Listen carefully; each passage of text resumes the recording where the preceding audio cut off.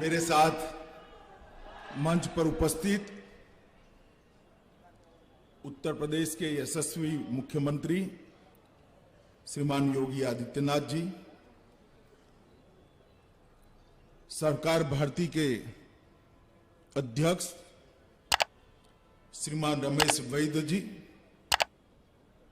Shri BL Verma जी, भारत सरकार में मेरे साथी सहकारिता राज्य मंत्री डॉक्टर उदय जोशी जी, सहकार भारती के महामंत्री श्री मुकुट बिहारी वर्मा जी, उत्तर प्रदेश के सहकारिता मंत्री, स्वागत समिति के अध्यक्ष और सांसद भाजपा के वरिष्ठ नेता श्रीमान संतोष गंगवार जी, सहकार भारती उत्तर प्रदेश के अध्यक्ष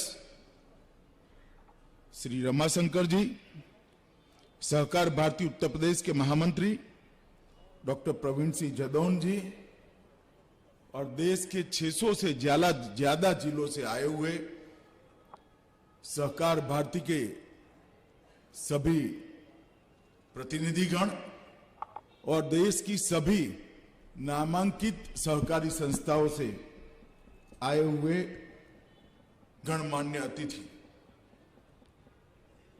सबसे पहले तो मैं सहकार भारती का बहुत धन्यवाद करना चाहता हूं कि मुझे आप सबको मिलने का मौका दिया, क्योंकि मैं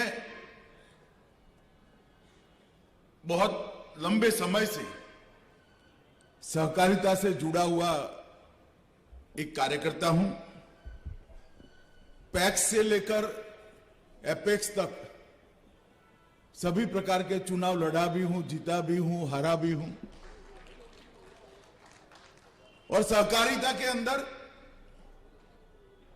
किस प्रकार के परिवर्तन करने से धीरे धीरे कालबाह्य होती जा रही सहकारिता को आगे बढ़ाया जा सकता है, इसमें योगदान करने वाले ढेर सारे लोगों को जानता भी हूं। तो उसी उपलक्ष्य में आज सहकार भारती के राष्ट्रीय अधिवेशन में उपस्थित होकर बहुत आनंद हो रहा है। और दूसरा, मैं गुजरात से हूं। मैं स्वयंसेवक बना तब से वकील साहब को देखा है, सुना है, बड़े सम्मान के साथ वकील साहब की बातों को ग्रहण कर अपने जीवन को एक निश्चित रास्ते पर ले जाने का प्रयास भी किया है। और आज जब सहकार भारती के मंच पर हूं तो मेरे लिए यह भी बड़ा भावुक क्षण है कि लक्ष्मण राव जी का सहकार भारती की स्थापना से लेकर उनका देह नहीं रहा तब तक सहकार भारती से अटूट नाता रहा। और आज मैं यहां इसी मन से उनको बड़ी विनम्रता से के साथ कार्यांजलि दे पाऊं, इस प्रकार का मौका आप लोगों ने मुझे दिया है। मित्रों, सहकारिता के क्षेत्र के अंदर सहकारिता के सत्व के संरक्षण और संवर्धन करने वाली, सहकारिता के अंदर प्रशिक्षण की चिंता करने वाले, सहकारिता के अंदर को मूल रूप से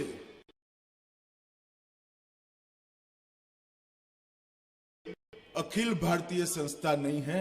मेरी जानकारी में अकेली सहकार भारती ये काम करती है, जिसका उद्देश्य कोई चुनाव लड़ना नहीं है सरकार, जिसका उद्देश्य सहकारिता के माध्यम से कुछ प्राप्त करना नहीं है। सहकार भारती का उद्देश्य सहकारिता को मजबूत कर सहकारिता की भावना को मजबूत कर देश के विकास में सहकारिता योगदान कर पाए, कंट्रीब्यूट कर पाए, एक प्रकार का मजबूत आंदोलन बनाना है सहकार भारती का उद्देश्य।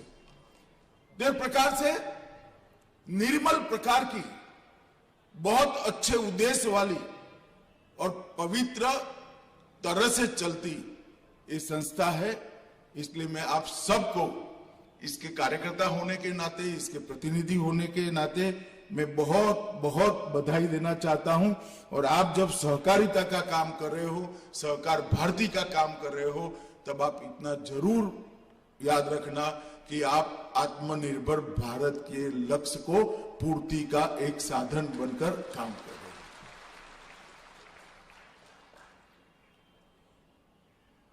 हो। लगभग 27 प्रदेश, 600 से भी ज्यादा जिले और अनेक प्रकार की सहकारिता के क्षेत्रों के अंदर सहकार भारती ने अपना व्याप पहुंचाया है, अपने काम को पहुंचाया है।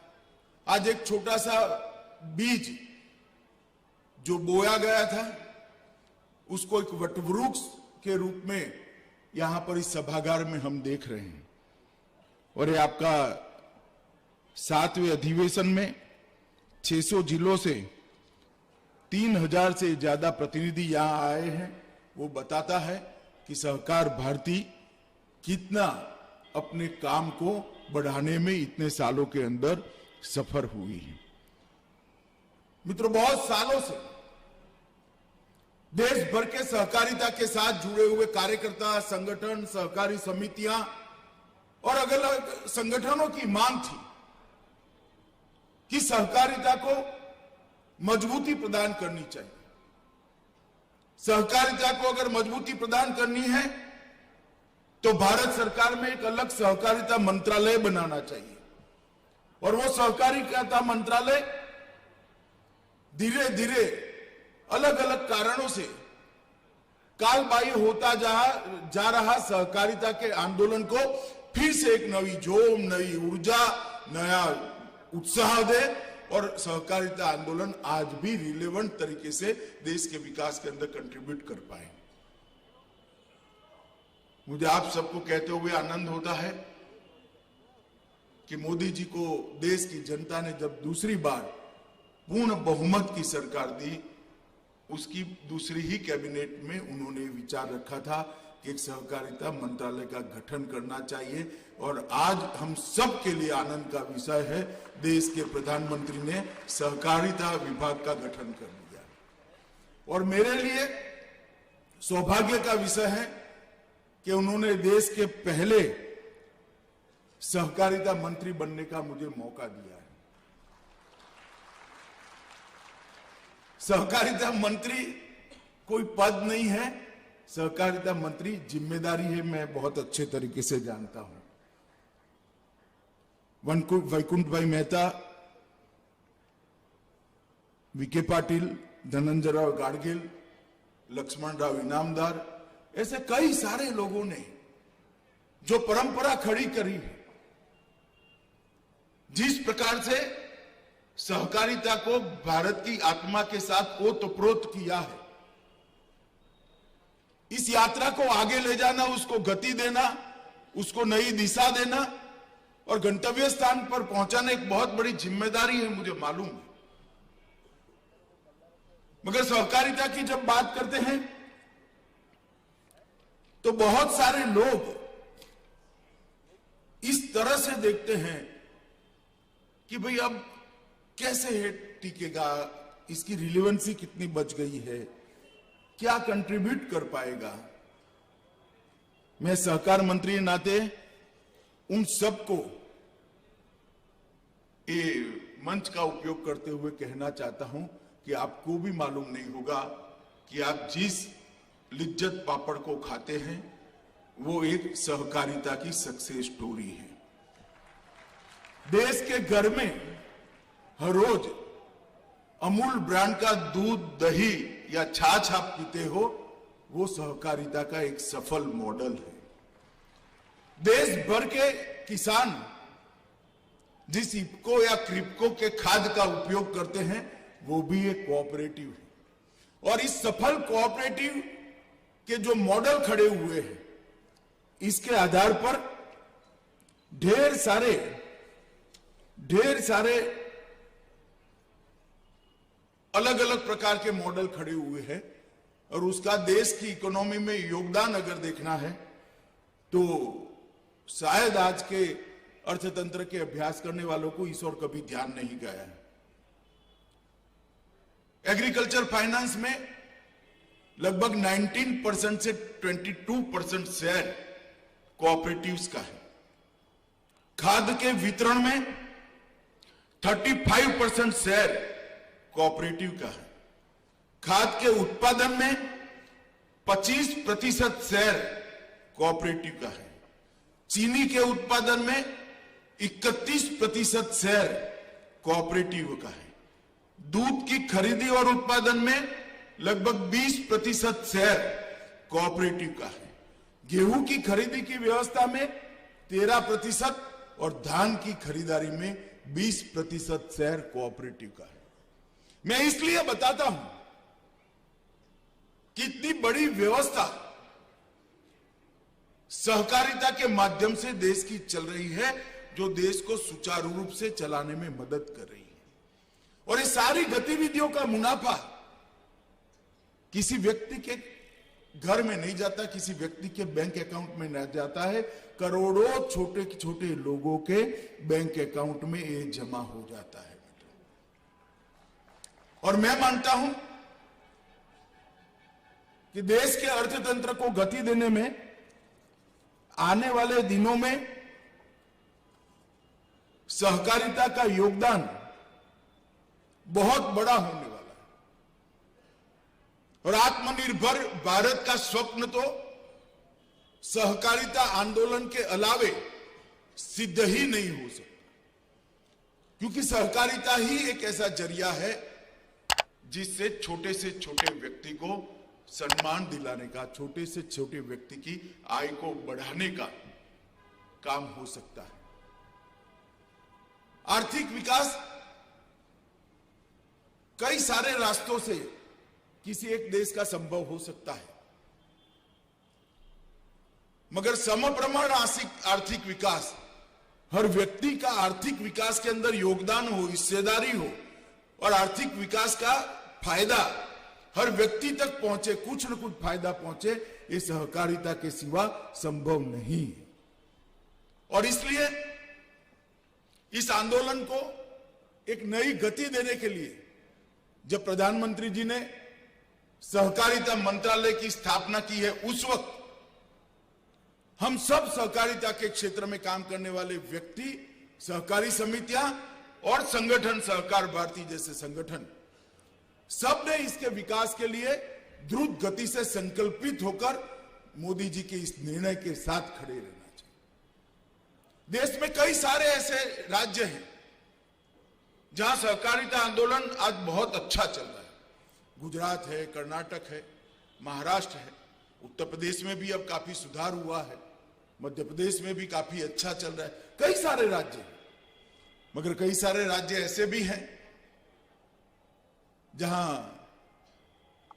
आती जाती सरकारों के कारण सहकारिता आंदोलन लगभग समाप्ति के कगार पर है।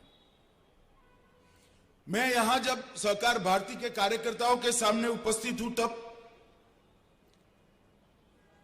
सहकार भारती ने सहकारिता आंदोलन का जहां जहां वैक्यूम हुआ है, वो वैक्यूम के भरने के लिए अपने संगठन की गतिविधियां बढ़ानी चाहिए। और देश के हर कोने में, देश के हर जिले में, देश की हर तहसील में और 10-15 साल में देश के हर गांव के अंदर सहकारिता का कोई न कोई सफल यूनिट चले, इस प्रकार से इस आंदोलन को गति देनी चाहिए। अगर ये करना है तो आपको काम के 3 हिस्से बनाने पड़ेंगे। संगठन का प्रचार प्रसार और व्याप बढ़ाने की 3 हिस्सों में रणनीति बनानी पड़ेगी। एक तो सहकारिता की दृष्टि से डेवलप स्टेट, सहकारिता की दृष्टि से डेवलपिंग स्टेट जैसे यूपी, और सहकारिता की दृष्टि से अनडेवलप्ड स्टेट। एक जमाने में सहकारिता बहुत अच्छी होती थी, मगर आज नहीं है। इस प्रकार के 3 राज्यों के हिस्से बनाकर अपनी अपनी संगठन को बढ़ाने का काम करना पड़ेगा। उसके ट्रेनिंग के लिए कानून के अंदर समयानुकूल परिवर्तन के लिए पारदर्शी चुनाव के लिए, पारदर्शी रिक्रूटमेंट की पद्धति के लिए, खुला सदस्य पद हो इसके लिए, और ऑडिट जो होता है वो ऑडिट नियमित रूप से हो इसके लिए एक प्रकार से सभी सहकारी समितियों में आपने एक संस्कार का आरोपण करना पड़ेगा, संस्कार को हर समिति तक पहुंचाना पड़ेगा। तभी जाकर ये आंदोलन को गति मिल सकती है, तभी जाकर ये आंदोलन को वेग मिल सकता है। मित्रों, मोदी जी के नेतृत्व में भारत सरकार ने ढेर सारी चीजों को हाथ में लिया है। जैसे सहकार भारती के महासचिव जी ने कहा, मोदी सरकार व्यापक विचार विमर्श के बाद एक नई सहकार नीति लाने के लिए कृत संकल्प है और कुछ ही समय में सहकारिता मंत्रालय के माध्यम से इसकी गतिविधियों को हम शुरू करेंगे। इस देश की कृषि व्यवस्था में पैक्स उसकी आत्मा है। देश के सभी प्राइमरी एग्रीकल्चर सोसाइटी को कंप्यूटराइज करने का काम नरेंद्र मोदी सरकार कुछ ही समय के अंदर हाथ में लेने वाली है और हर पैक्स को डिस्ट्रिक्ट कोऑपरेटिव बैंक से जोड़ा जाएगा, डिस्ट्रिक्ट कोऑपरेटिव बैंक को स्टेट कोऑपरेटिव बैंक से जोड़ा जाएगा और स्टेट कोऑपरेटिव बैंक को नाबार्ड के साथ जोड़कर नाबार्ड से पैक्स तक एक पूरी पारदर्शी अकाउंटिंग सिस्टम से स्थानीय भाषा के अंदर हो, इस प्रकार के सॉफ्टवेयर का निर्माण भी हम करने जा रहे हैं। ये जो नए बदलाव हो रहे हैं, इसमें मल्टी स्टेट कोऑपरेटिव सोसाइटी के एक्ट के अंदर भी बहुत जल्दी से हम परिवर्तन करने जा रहे हैं। मैं ये कहता हूं तब हमारे बहुत सुझाव हैं, स्वाभाविक है आप लोगों के सुझाव होंगे, मगर उसको हम सुझावों के लिए पहले जनता के सामने 1.5 माह के लिए हमारी वेबसाइट पर रखने वाले हैं। जितने भी सुझाव आएंगे उस पर चर्चा विचार कर इसको फाइनल स्वरूप दिया।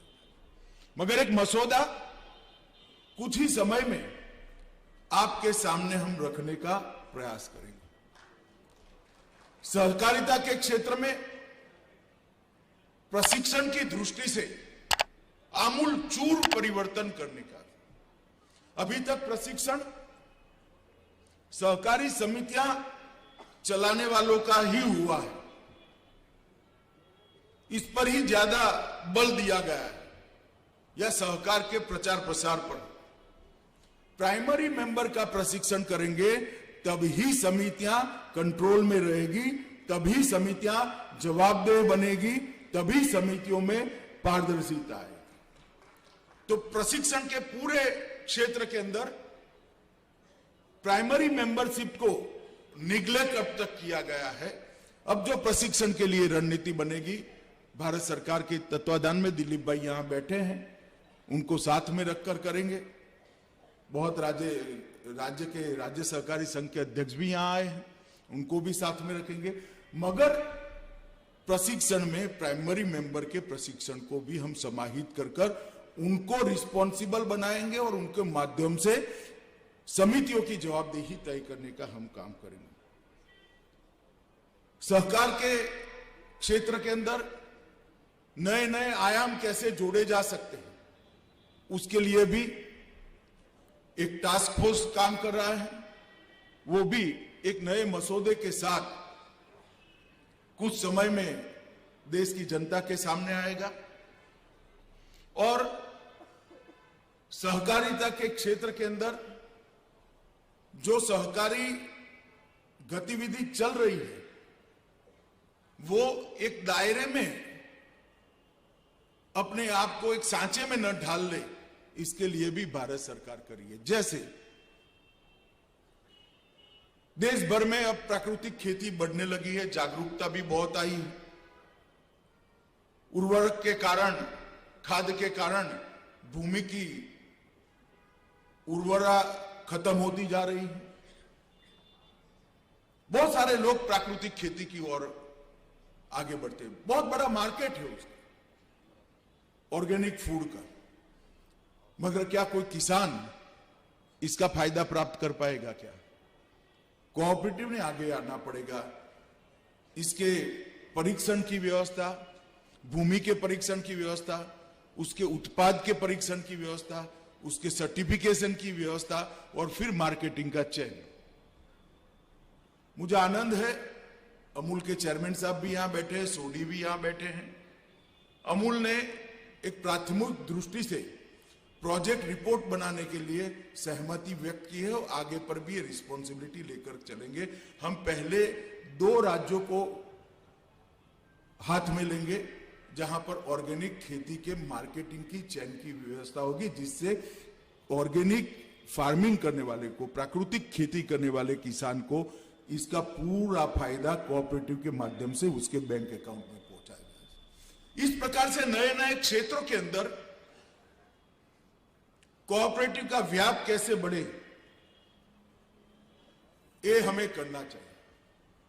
ढेर सारी बातें हैं मित्रों, आज एक ही दिन में मैं आपको बता नहीं सकता, मगर मैं इतना भरोसा दे सकता हूं आपको कि अब कोऑपरेटिव के साथ कोई सेकंड ग्रेड सिटीजन जैसा व्यवहार नहीं कर पाएगा, इतना मैं आपको भरोसा दूं। और बहुत कम समय में दिखना भी शुरू होगा, क्योंकि मोदी जी स्वयं मानते हैं कि सहकारिता के माध्यम, सहकारिता के बगैर इस देश के सम विकास में, इस देश का सम विकास करना असंभव है। हर व्यक्ति का समान विकास ना कम्युनिस्ट थियरी से हो सकता है, ना पूंजीवादी थियरी से हो सकता है। सहकारिता एकमात्र मध्यम मार्गी रास्ता है जिससे सम विकास संभव है, और इस देश में कई अच्छे सहकारी मॉडल ने इसको करा है। 36 लाख बहनें अमूल में दूध देकर सम्मान के साथ जी रही हैं। बहुत बड़ा है, उदाहरण है, और यही मॉडल को हमने आगे बढ़ाना पड़ेगा। मगर आज जब मैं आपके बीच में बोल रहा हूं, तब मैं आप लोगों को भी कुछ कहना चाहता हूं। सहकार भारती अपने संगठन को, जैसे मैंने पहले बताया, ऐसे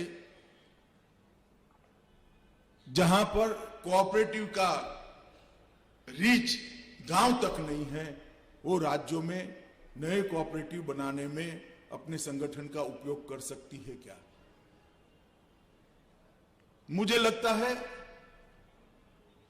कि हमने संगठन की शक्ति बढ़ाने पर तो जरूर ध्यान देना चाहिए, इसके साथ साथ संगठन की सुगंध बढ़ाने में भी हमने ध्यान रखना चाहिए, और ये तभी बन सकती है कि जब वैक्यूम को हम भरेंगे। दूसरा काम है, आप जितनी भी डिमांड दे रहे हैं, मैं कई बार मिला हूं, गुजरात में भी मिला हूं, सहकारिता मंत्री बनने के बाद भी मिला हूं। प्रॉब्लम के साथ सॉल्यूशन भी लेकर आना चाहिए। सॉल्यूशन का सुझाव उसको फाइनल नहीं मानना चाहिए, परंतु सॉल्यूशन लेकर आना चाहिए। सहकारिता के क्षेत्र में ढेर सारी चीजें जो स्वस्थ रूप तरीके से नहीं चलती है, इसके लिए सहकार भारती ने एक थिंक टैंक कर काम कर इसके सॉल्यूशन पर अलग अलग क्षेत्र के एक्सपर्ट्स के साथ मिलकर काम करना चाहिए, और सहकारिता मंत्रालय को ये निष्कर्ष भी देने चाहिए। जैसे पारदर्शी चुनाव कैसे हो, ओपन मेंबरशिप कैसे हो, ट्रेनिंग का मॉडल क्या हो सकता है, रिक्रूटमेंट के अंदर जो करप्शन है इसको कैसे समाप्त कर सकते हैं। ऐसी ढेर सारी चीजें हमें भी मालूम है। इसके कारण सहकारिता आंदोलन आज निर्बल हो रहा है, इरिलेवेंट हो रहा है। ये सारी चीजों को हम कैसे बदल सकते हैं, वो सॉल्यूशन ढूंढने का काम भी सहकारिता के क्षेत्र में काम करने वाले सहकार भारती जैसे संगठन कर सकते हैं। और एक पॉलिसी डॉक्यूमेंट बनाकर अगर आप भारत सरकार के सहकारिता मंत्रालय को देंगे तो मुझे भरोसा है कि सभी राज्य सरकारों के साथ में रखकर हम जरूर उसको प्रभावी रूप से लागू करने के लिए प्रयास कर सकते हैं। मित्रों, हम उत्तर प्रदेश में हैं। उत्तर प्रदेश के साथ इस सभागार में जो लोग बैठे हैं, आप भी, मैं भी, कई सारे आंदोलनों के कारण हम उत्तर प्रदेश से जुड़े रहे हैं। अभी 2 दिन पहले, 3 दिन पहले मोदी जी ने बाबा विश्वनाथ कॉरिडोर का लोकार्पण किया।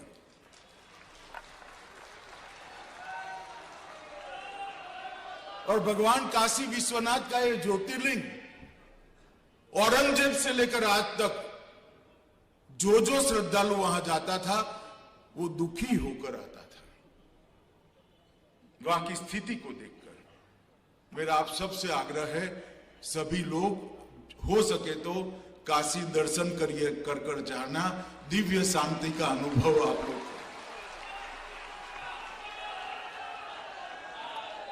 काशी विश्वनाथ धाम को भव्यता और दिव्यता देने का काम देश के प्रधानमंत्री जी ने किया है। कई सालों से अयोध्या में राम जन्मभूमि स्थान पर भव्य श्री राम का मंदिर बने, इसके लिए देश और दुनिया के कई लोग लगे रहे, मगर वो शुभ दिन नहीं आता था।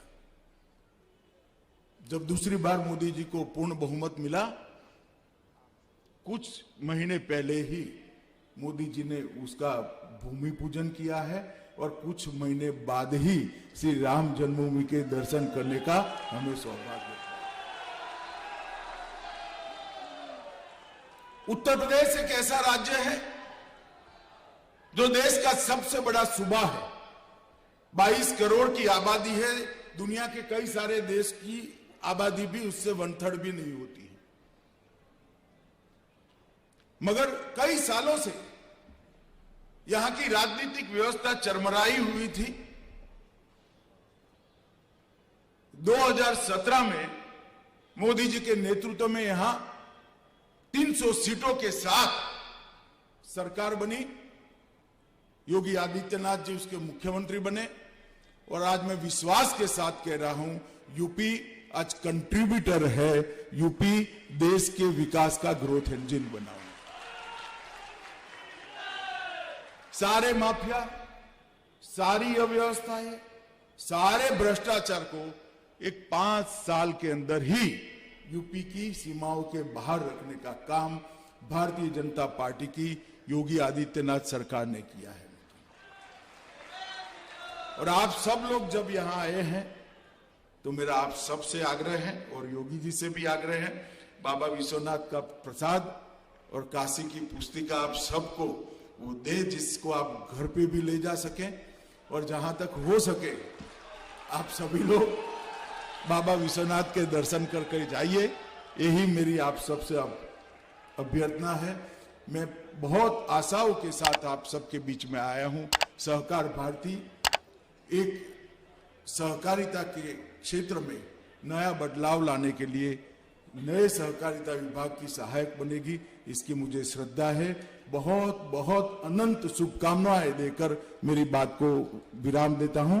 वंदे मातरम।